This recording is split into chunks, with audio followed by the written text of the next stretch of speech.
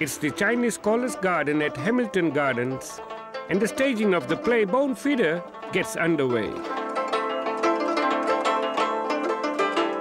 The music begins to play, and the actors are ready to deliver their lines. Here comes the audience led by a spiritual guide, who is playwright Renee Liang. New Zealand shores were green, the skies were wild and free, blow high. I think performing a play like this in a real Chinese garden, in what is called the promenade theatre style, in which the audience moves along with the actors, is a real luxury. It's a luxury for the actors because it means they can get really close to the audience and actually even touch them or interact with them. And hopefully it's also a luxury for the audience because really it's probably the most 3D experience you can possibly have. Much more 3D than the movies, for example. After the first act, the audience moves along to the next setting. So because we have to find some way to move the audience around, I will act as a kind of usher or spirit guide and move the audience around so that they know where to move, where to stand and where to what. The play is based on a little-known shipwreck, the SS Wentno, which in 1902 sank just outside the Hokianga harbour with an unusual cargo, the remains of 499 Chinese migrants bound for their final resting place in Canton in China. I left home young. I return old. I was really intrigued by the story of the Wentno because to me it spoke a lot of the yearning of people who are away in their home, away from home, and are searching for where they belong and think they know where they want to go. You say he wants to find my bones. But then somehow don't get there. So the story turned around in my head as a writer. I thought that it would be a great starting point to really explore some of the yearnings that we have as migrants to this country. Is anyone else there?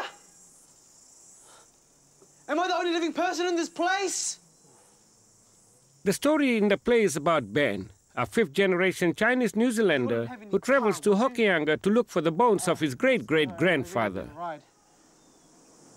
I first heard the story at the Going Bananas conference about 3 years ago, and I was really intrigued by the whole idea that there were these bones that hadn't found their home in the Hokianga, and that maybe there were some restless spirits wandering around.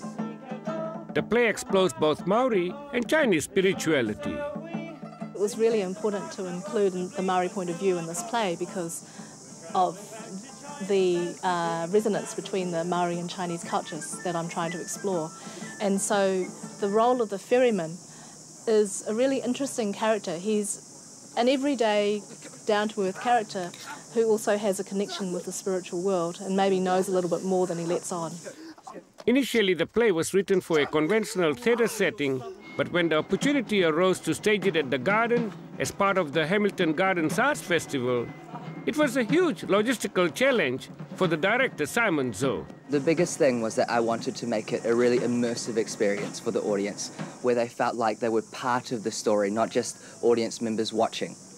And the way we did that is that we tried to stage actors so they would move into the audience, out of the audience. They'd move from unexpected places. They'd really surprise the audience, so they'd have a very visceral experience, not just an intellectual one.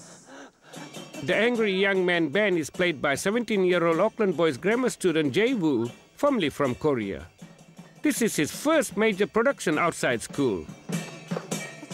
At first it was quite scary because, you know, school productions, in a way, more relaxing with your friends and stuff.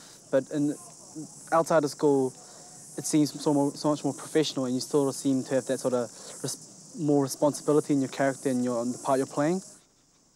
Who's there? Where am I?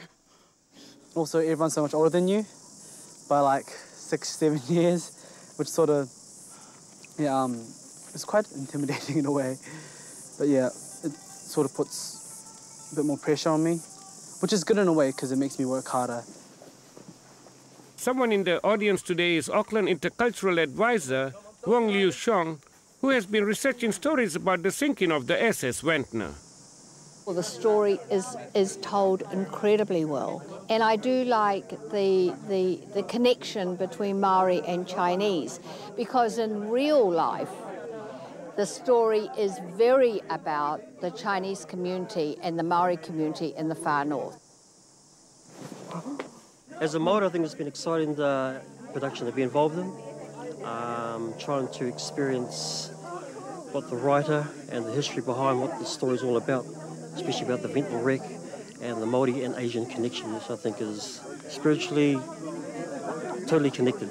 It's awesome to be able to be a part of something that's going around telling stories, and one day we hope to bring it to Hokianga, where the story was inspired.